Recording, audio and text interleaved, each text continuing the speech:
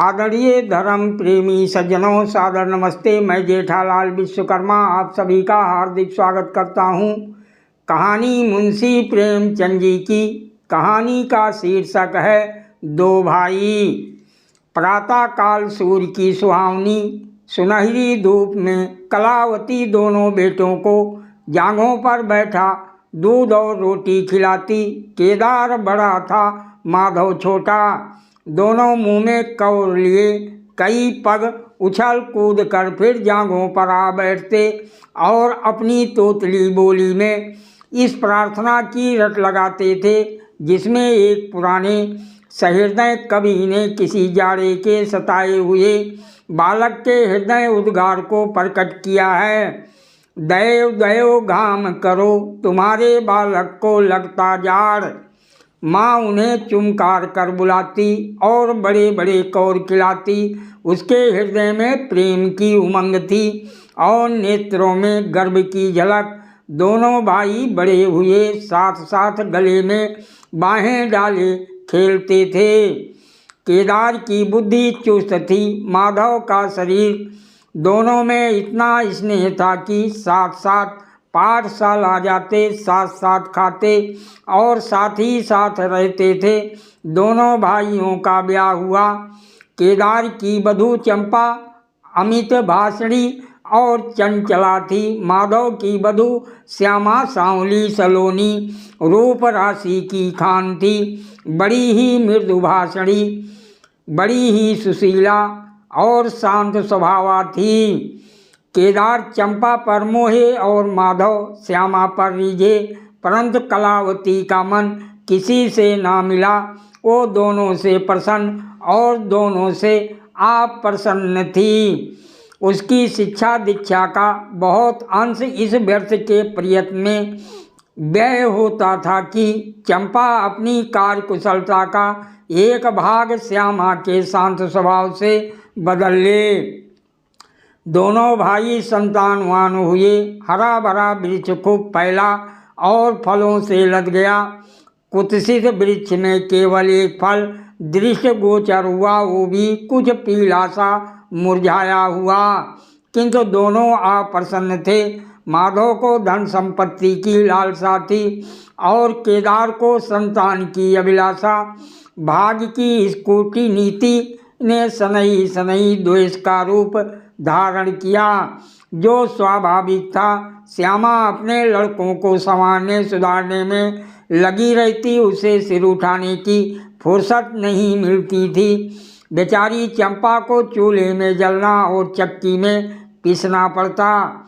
ये अनीति कभी कभी कटु शब्दों में निकल जाती। श्यामा सुनती, कुड़ती और चुपचाप सह लेती, परंतु उसकी ये सहनशीलता चंपा के क्रोध को शांत करने के बदले और बढ़ाती। यहाँ तक कि प्याला लबालब भर गया। हिरन भागने की राह ना पाकर शिकारी की तरफ लपका। चंपा और श्यामा समकोण बनाने वाली रेखाओं की भांति अलग हो गईं। उस दिन एक ही घर में दो चूल्हे जले, परंतु भाइयों ने दाने की सूरत ना देखी और कलावती सारे दिन रोती रही। कई वर्ष बीत गए। दोनों भाई जो किसी समय एक ही पालथी पर बैठते थे, एक ही थाली में खाते थे और एक ही छाती से दूध पीते थे, उन्हें अब एक घर में एक गांव में रहना कठिन हो गया। परंतु कुल की साख में बट्टा ना लगे, इसलिए ईर्षा और द्वेष की धधकी हुई आग को राख के नीचे दबाने की व्यर्थ चेष्टा की जाती थी। उन लोगों में अब भातृ स्नेह ना था, केवल भाई के नाम की लाज थी। माँ भी जीवित थी, पर दोनों बेटों का वैमनस्य देखकर आंसू बहाया करती। हृदय में प्रेम था, पर नेत्रों में अभिमान ना था। कुसुम वही था, परंतु वो छटा ना थी। दोनों भाई जब लड़के थे, तब एक को रोते देख दूसरा भी रोने लगता था। तब वो नादान, बेसमझ और भोले थे। आज एक को रोते हुए देख दूसरा हंसता और तालियां बजाता। अब वो समझदार और बुद्धिमान हो गए थे।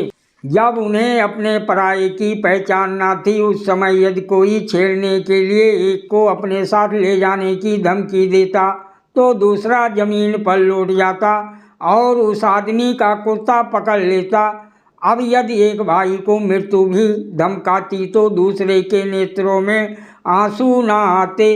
अब उन्हें अपने पराये की पहचान हो गई थी। बेचारे माधव की दशा सोचनीय थी। खर्च अधिक था और आमदनी कम, उस पर कुल मर्यादा का निर्वाह। हृदय चाहे रोए पर होंठ हंसते रहें, हृदय चाहे मलिन हो पर कपड़े मैले ना हों। 4 पुत्र थे, 4 पुत्रियां और आवश्यक वस्तुएं मोती के मोल।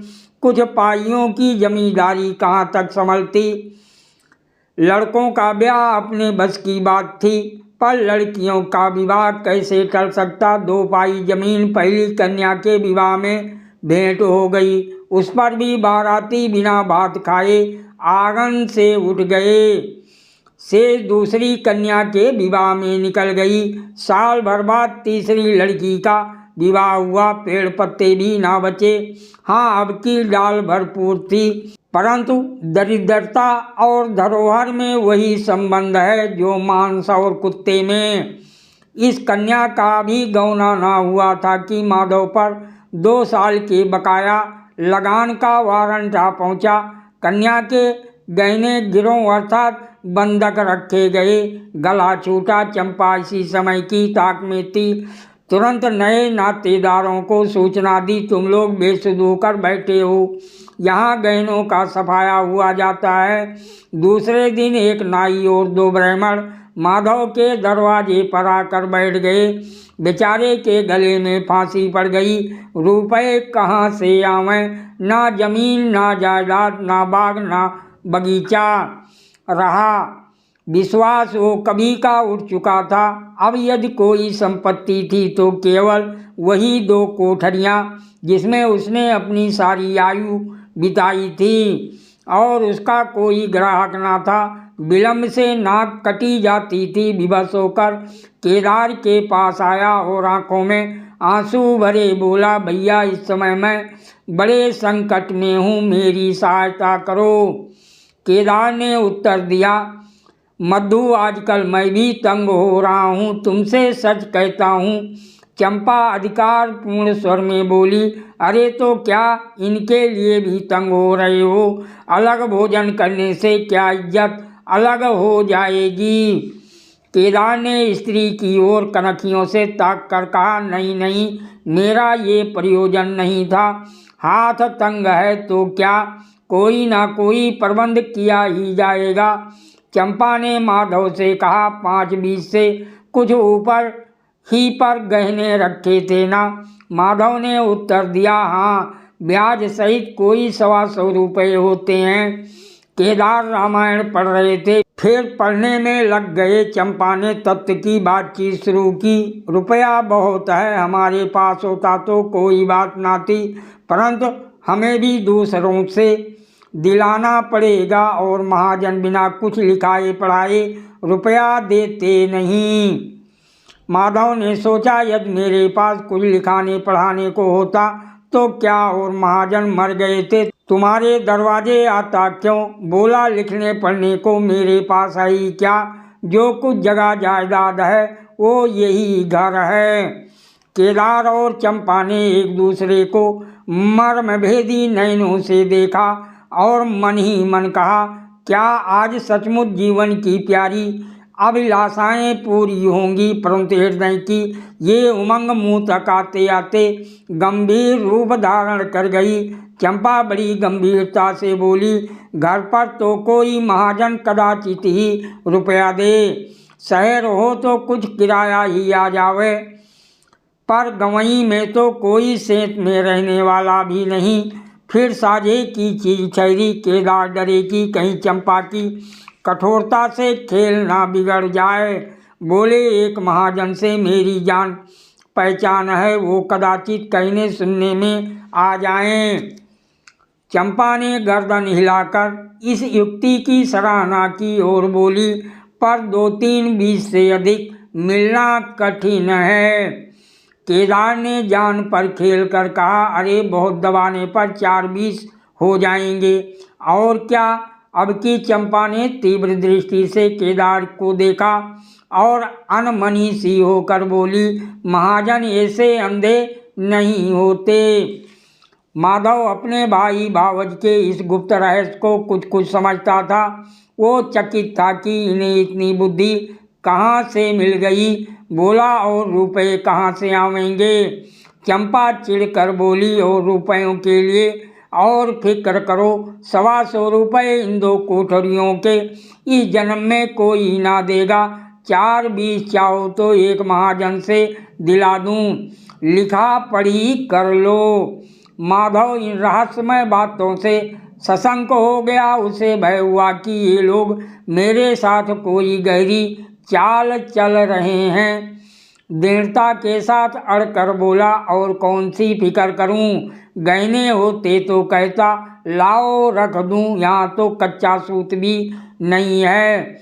जब बदनाम हुए तो क्या 10 के लिए, क्या 50 के लिए, दोनों एक ही बात है।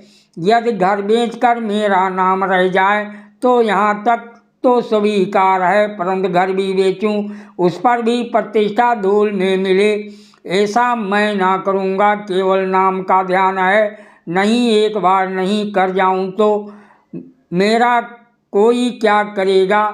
और सच पूछो तो मुझे अपने नाम की कोई चिंता नहीं है। मुझे कौन जानता है, संसार तो भैया को हंसेगा।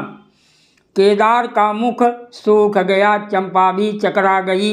वो बड़ी चतुर वाक्य निपुण रमणी थी। उसे माधव जैसे गंवार से ऐसी दृढ़ता की आशा न थी। उसकी ओर आदर से देखकर बोली, लल्लू, कभी कभी तुम भी लड़कों की सी बातें करते हो। भला इस झोपड़ी पर कौन 100 रुपये निकाल कर देगा? मैं आज ही अपना हिस्सा बेचती हूँ, उतना ही मेरा भी तो है। घर पर तो तुमको वही 4-20 मिलेंगे। हाँ, और रुपयों का प्रबंध हम आप कर देंगे। इज्जत हमारी तुम्हारी एक ही है, वो ना जाने पाएगी। वो रुपया अलग खाते में चढ़ा लिया जाएगा। माधव की इच्छाएं पूरी हुई। उसने मैदान मान लिया। सोचने लगा, मुझे तो रुपयों से काम है, चाहे एक नहीं 10 खाते में चढ़ा लो। रहा मकान, वो जीते जी नहीं छोड़ने का। प्रसन्न होकर चला। उसके जाने के बाद केदार और चंपा ने कपट वेश त्याग दिया और बड़ी देर तक एक दूसरे को इस कड़े सौदे का दोषी सिद्ध करने की चेष्टा करते रहे। अंत में मन को इस तरह संतोष दिया कि भोजन बहुत मधुर नहीं, किंतु भर कठौता तो है। घर हाँ देखेंगे कि श्यामा रानी इस घर में कैसे राज करती हैं। केदार के दरवाजे पर 2 बैल खड़े हैं। इनमें कितनी संग शक्ति, कितनी मित्रता और कितना प्रेम है। दोनों एक ही जुए में चलते हैं, बस इनमें इतना ही नाता है। किंतु अभी कुछ दिन हुए जब इनमें से एक चंपा के मैके मगनी गया था तो दूसरे ने 3 दिन तक नाद में मुंह नहीं डाला। परंतु शौक एक गोद के खेले भाई, एक छाती से दूध पीने वाले आज इतने बेगाने हो रहे हैं कि एक घर में रहना भी नहीं चाहते। प्रातः काल था। केदार के द्वार पर गांव के मुखिया और नंबरदार विराजमान थे। मुंशी दाता दयाल अभिमान से चारपाई पर बैठे रिहन का मसविदा तैयार करने में लगे थे। बार बार कलम बनाते और बार बार खत रखते, पर खत की शान ना सुधरती थी।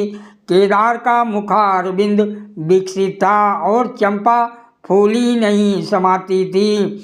माधव कुमलाया और मलिन था। मुखिया ने कहा, भाई ऐसा हित ना भाई ऐसा शत्रु।